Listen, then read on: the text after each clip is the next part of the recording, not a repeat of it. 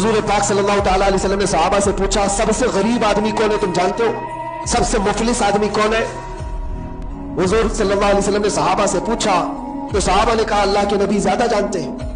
आका कौनैन सल्लल्लाहु अलैहि वसल्लम फरमाते हैं, सबसे ज्यादा गरीब क़यामत के दिन वो नहीं जिसके पास पैसा नहीं, माल नहीं, नेकियां नहीं, वो नहीं, बल्कि मेरे आका फरमाते हैं क़यामत के दिन एक बंदा ऐसा होगा जिसकी नमाजें भी बहुत थी, सदकात और खैरात भी बहुत थे, हज भी किया था, ज़कात भी दिया था, उम्रे भी थे, नफिल इबादतें भी थी, उसकी बहुत नेकियां लेकर के आया था।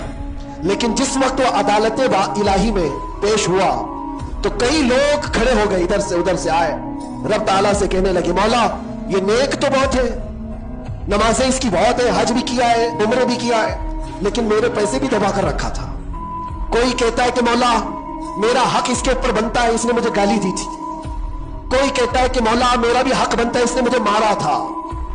कोई कहता है मौला मेरा भी हक बनता है, इसने मेरे पीठ पीछे मुझसे चुगली की थी और लड़ाने की कोशिश की थी, मेरा हक बनता है इस पर।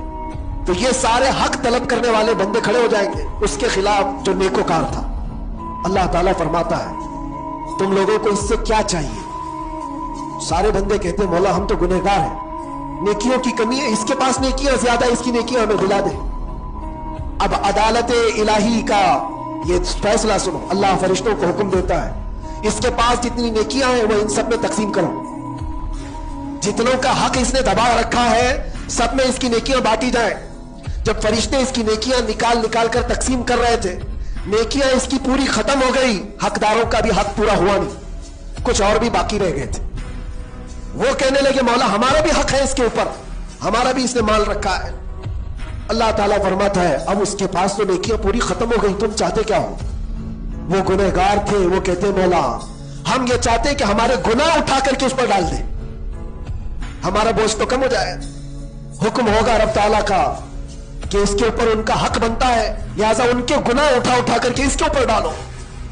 हदीस पाक में मेरे आका फरमाते हैं, लेके तो चला था बहुत सारी नेकियां, लेकिन वहां सब बट गई, उल्टा दूसरों के गुनाह अपने सर पर ले लिया और सीधे उसको फरिश्ते जहन्नम में लेकर जाते।